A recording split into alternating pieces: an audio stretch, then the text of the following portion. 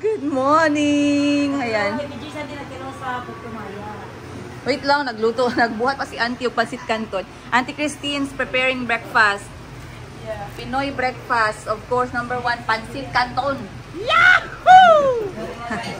Pinasuko. Ayan. Grabe, day 1 ni Auntie training agad. And then, here we have Puto Maya. So, Auntie can try the breakfast.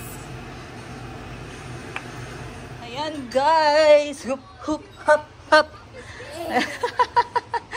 Oh, nagkain ang mga bata dahil walang mga gamit dito sa hotel. Sige, magkinamot kayo dyan. Ipakita ninyo kung saan tayo nanggaling. Sa atin, walang problema kung walang kutsara. Palaban kayo, Chico po do, pak. Oh, Siri po do. Ganggang si Siri. Siri. Paningkamot mo kay wala kayong mga nanay.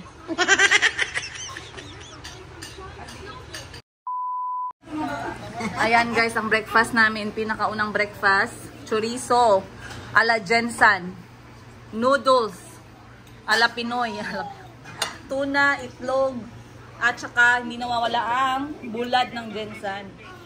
So, ganito lang talaga tayo. Until let's eat, so we can go to the pool. Sige na, magka-ome. Kalbe!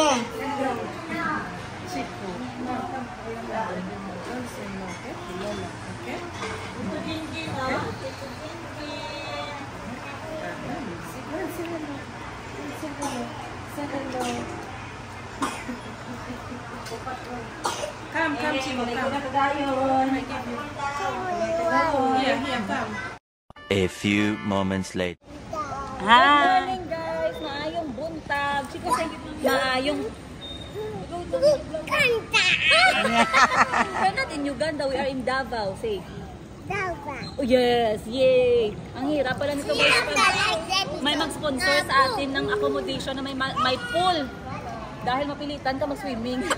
Para naman masali na lang din yun guys sa overall na libre. Ayan. So andito kami sa swimming pool ngayon. Alas 7 pa lang ng umaga dahil nag-i-enjoy kami. And ang mga bata mahilig sa tubig. Ayun si Auntie. Auntie is there. Say hi! Hi! See you on the next episode! Picture me gang. Say cheese! Ay, say cheese there, oh. Je. Mamalingit. Ay, ikaw there. Hi! Say hi! Say hi! Calby! Yun na?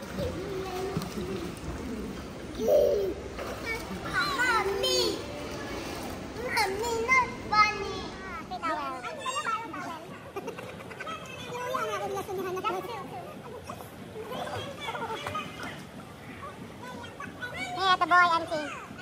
There. What? Naging sa mga mali. Di na. Kabalo na.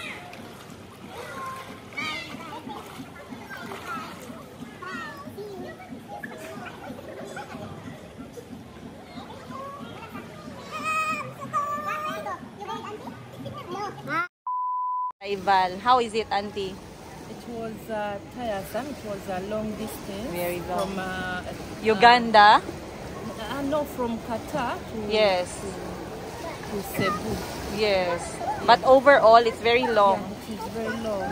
And how is it so far on your first day? Do you feel sad? Do you want to go back to Uganda? No, I don't feel sad. Only that I'm feeling sleepy. Yes, Yeah, but we have to catch up with the time. Yeah, yeah. Ayan. But I'll catch up. But the food and everything. It's okay. Yeah. Yes.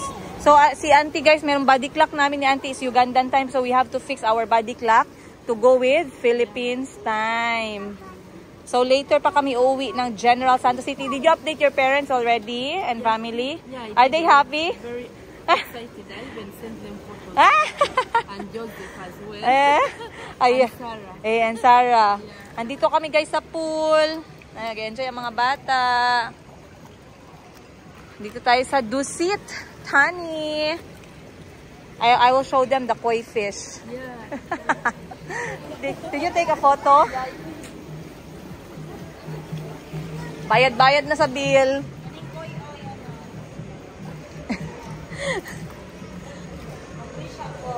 Yes. Ito pala guys, no, pag may business ka, kailangan meron kang mga koi fish para dala ng good luck. Ay. Uy, pwede ba 'di ay? Pwede pala guys mag-wish dito. Ay, konti na lang naniniwala sa wishes guys kasi nakita ko 8 pesos lang oh. Nasa gitna. So, ayan, bago tayong baba sa pool. So, medyo matsalat ang ating buhok. Alright. So, ngayon guys, ang ating, tawag na ito, gusto ko kayong i-update about sa arrival namin dito sa Pilipinas. Ano nga ba yung mga itinanong pagdating namin sa immigration? So, okay. So, biyahe natin pa Qatar muna. Hindi ko nga ito nasabi sa inyo sa kagabi. Sobrang pagod ko. Pero, pagdating namin ng Doha, Qatar, everything was smooth. Even the boarding was very okay. It was, mali pala ako guys, akala ko 12 hours yung flight. 8 hours and a half lang pala. So 8 hours and a half na flight hanggang Cebu, which was also very smooth. We landed well. And then, 1 hour, bumaba yung ibang pasahero, pero kami hindi na kailangan kasi didiretso pa kami ng Davao. Once we arrived in Davao, yun guys, meron ako nakalimutan. Sabi ko na nga ba, merong e-travel. Hindi ko na i-check kung kailangan pa ba, so hindi ako nakapag-apply. Overall, kami yung pinakahuli dahil kailangan ko pang mag-apply ng e-travel sa aming 4. Ngayon, pagdating namin ng immigration, hindi naman ako kinakabahan kasi si auntie nga, katulad ng sinabi ko at na-mention ko, meron siyang return flight. So, yung mga tinanong kay auntie sa immigration is, okay, I just want to mention na every time na pumupunta kami for boarding or for immigration purposes, talagang sinasabay ko lahat yung passport naming 4. Ako, si Kulot, kay Chico, tsaka kay auntie. Pang-isahan talaga, hindi ko hinahayaan si auntie na siya lang yung nagbibigay. Para automatic, alam nila na kasama ko si auntie. So, pagdating namin ng immigration ng Davao, binigay ko lahat yung passport. Sabi ko, eto po mga anak ko. So, inuna kaming lahat. Ngayon, pagdating kay auntie, merong mga tinanong yung immigration, pero masaya ako kasi yung mga tanong ay very, very standard. How many days are you planning to be here? Meron ka na bang return ticket? So, sinabi namin, yes, meron siyang return ticket for 30 days. Binigyan naman si auntie ng standard na 30-day free visa. Other than that, yung mga tinanong lang sa kanya is, who's going to host her, kung saan ba siya magsistay, sino yung mag-handle sa kanya. So, lahat yun, syempre, sagot ko lahat yun. Sabi ko, ako pong bahala kay auntie, nasa akin po siya ng 4 na taon. And this time na nasa Pilipinas siya, sa amin din po siya titira, kasama yung mga anak ko. So, naintindihan naman ng immigration, and they were they were welcoming. Wala namang problema guys, no? Basta magsunod lang talaga tayo sa mga policy when it comes to immigration. Other than that, natagalan din kami sa aming pag-aantay sa bagahe dahil marami kaming bags. At the same time, kailangan din i-check. Pero overall, natapos din yung aming mga pag-check ng bagahe. Ayun. Buti at nakapag-antay din yung pamilya namin sa labas dahil kinakabahan ako at talagang matagal kami guys sa loob ng airport. Pero okay na din. Ang importante, nakalabas kami at nakapagpahinga. Though medyo late na. Another namin na challenge ngayon ni auntie guys is yung pag-catch up namin ng oras or yung body clock. Yung body clock namin is naka-Ugandan setting. So, nahihirapan kaming matulog kanina or kagabi. Ngayong araw, sabi ko nga kay auntie, nagplano kami na pag inaantok kami, wag muna kaming matutulog para mamayang gabi, matutulog kami on the time of the Philippines, which is alas 7, alas 8, alas 9, or alas 10. Para mas mabilis kaming makabawi at mabilis naming maisabay ang aming oras sa oras ng Pilipinas. So, tingnan natin today what's going to happen. And guys, paalis na kami ng hotel. First stop natin dito sa Davao, bago tayo umuwi, magdaan muna kami ng SNR. Kasi, pag gumastos tayo, kailangan din nating magbenta para merong perang pumasok. So, bibili tayo ng mga pang-grocery sa SNR na pwede nating ibenta din sa Gensan. Mga tipid tips yan guys. Mga mommy tips. So, andun na si auntie tsaka mga bata sa car. Let's go, let's go! Ayun. Pumasok kami ng SM Lanang guys. Medyo na-allergy ako sa lugar at sa mga presyohan. So, hindi kami nagtagal doon. Bumili lang ako ng grocery, must have ng mga bata. Pero ngayon, nandito na kami sa loob ng SNR. And for me, I like it here kasi sa Uganda or Africa, walang mga ganito. Walang warehouse na ganito kalaki. Plus, wala kaming yung mga abroad products katulad ng SNR. Andyan si Auntie. Look, Auntie is there. Do you like this place? Yeah, I like it already. You see, my sister is buying for her grocery store. Yeah, she bought 24 of them. Yeah, so buy one, get one. But she sells them one each. That's how she does business. You will learn a lot with business. She's really good at it. Where did they go? These things here are the things for the house. Let's wait for them. So, normally, when I go back to Uganda, this is where I get the towels that are cheap. So for you, when you're going back and we are coming here, right? We will get those buy one, get one. Sweets, what? So your people can try them. We just arrived here, guys, but Auntie and I are already planning about what to pack when going back to Uganda. We just one day. Just one day. But you understand what I'm trying to say? I understand. And your family will love the products here. We have imported chocolate, imported shampoos, lotions, those things. Chico, what is it? Now guys, Auntie will try the free taste of the Philippines! Free taste corned beef. Which brand? That one. Okay, let me try. Dito, try ka pa. How many gives? Up here. 10 gives? 5 gives? Auntie is trying corned beef for the first time. Is it good, Auntie? Thank you. It's only 160. Do you like it? Yeah. 163,000 shillings. Okay. 160. 163 pesos. 15,000. For the morning, breakfast.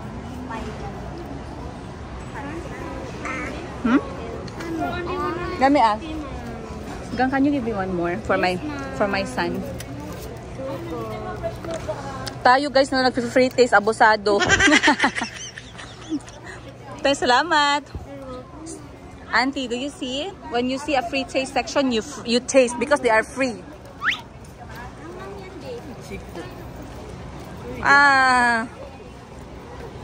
You want the cookie too? You like it? The cookie, eat the cookie also. I bought these crackers. And dali, we tried there. There's a free taste. Okay, see?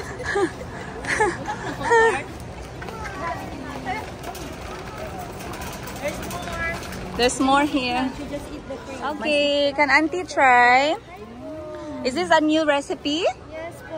Butter croissant. Okay, Auntie, butter croissant. Yahoo! 270 per. This one. 27,000 Ugandan shillings. Bon appetit.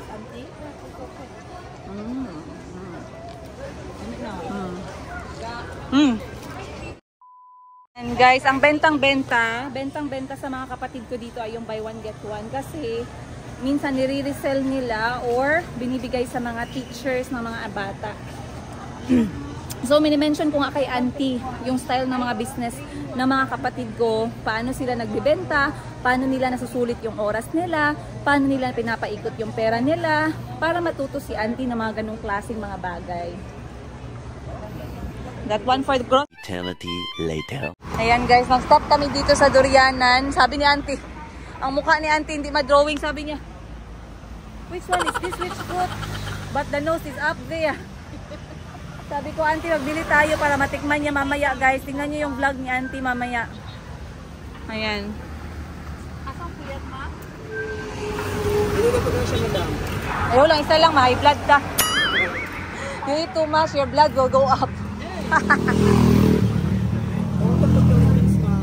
Thank you. Ayan, bumili kami ng isaw, guys. Para matikman ni Auntie mamaya, panoorin nyo on Auntie's vlog. She will make a reaction of the smelliest fruit.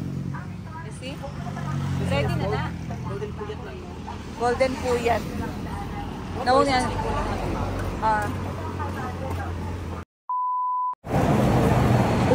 Welcome! Aling Store! Yahoo! Aling Store with the merienda.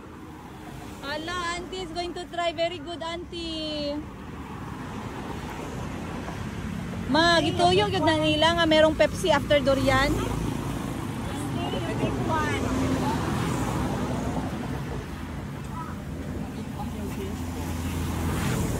Thank you.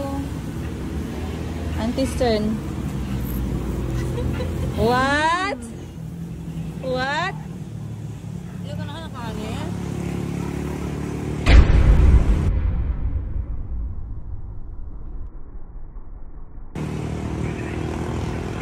How is it? You have to bite big and then you can really taste it. What?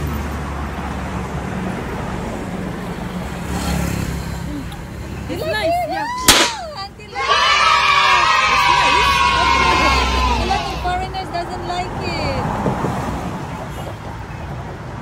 Ikaw.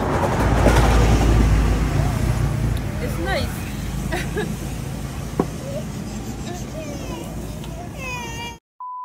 Ay, ang mo bala dito na lang mga niya. Basta may bola.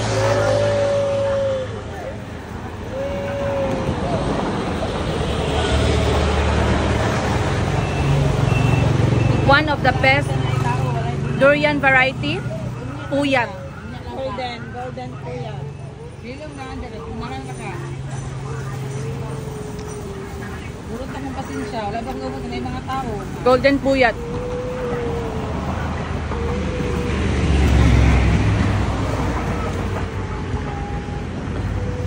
Sukot na kayo po.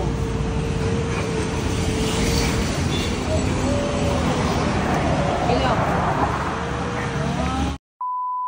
Alin na lang, mangosteen. Mahal pag gidayron, no? Ayun lang, guys. Hmm. Season ng mudriya, ma'am. Lagi. Ito next natin bibilin, guys. On our first day sa Pilipinas. Mangosteen! Wow! Kahit ako gamay, ma. Karang pinakagamay. Kaya wala na. Ay, dahil. Di ko pa kibuak ya, be. Gusto na ako ng gagmay. Kaya wala siya. Liso. Kara. No? Ayan, guys. Ayan. Alam ko yung mga nasa abroad. Namimiss nyo na ito. Tapos, ginaon sa ninyo ang panit, ani. Inalakda. Inalaga, no? Tambal sa... Tapos sa kalibanga. Para guys, kung may kalibanga kayo guys, huwag kayo magbili ng Diatabs. Magbili kayo ng mangosteen.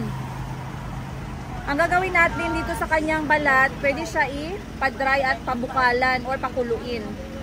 So maganda pag maliit yung mangosteen kasi wala siyang buto.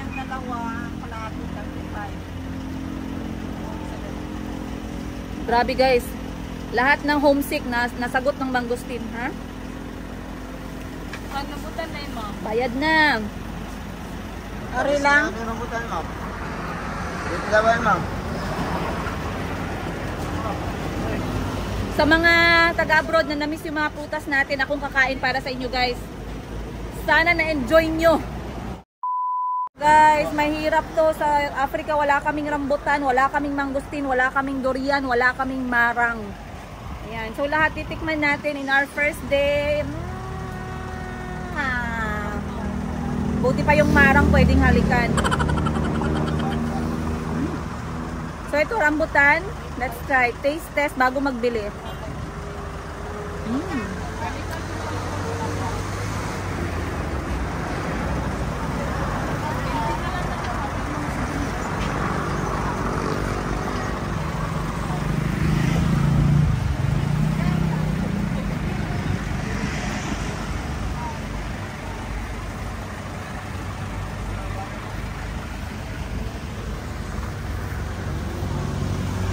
Sobrang tamis. Kung pwede ko lang kayong bilhan yung mga nasa abroad, binilhan ko na kayo guys. Sobrang sarap. Sobrang tamis.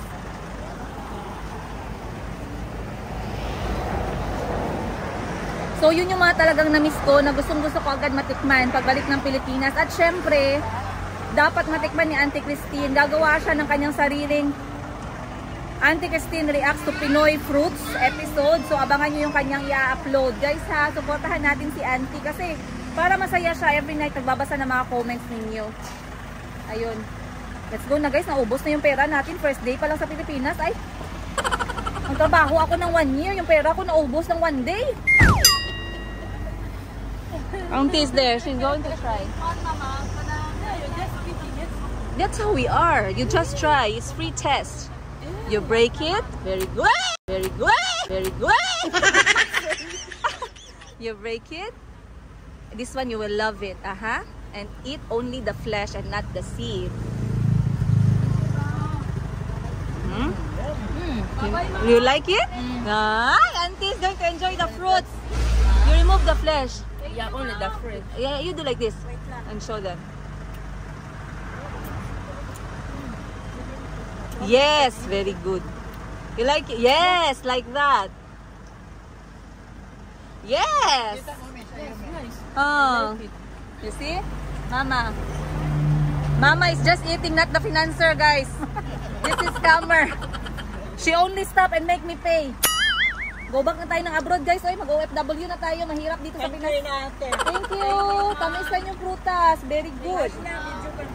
Bye-bye. Ayun. Maraming salamat. Eternity later. First sunset sa Pilipinas. Gosh. Pulbaan ako eh. First sunset sa Pilipinas, guys. At nandito na tayo ngayon sa Jensan. Ito ay isang farm, plantation ng isang bayabas.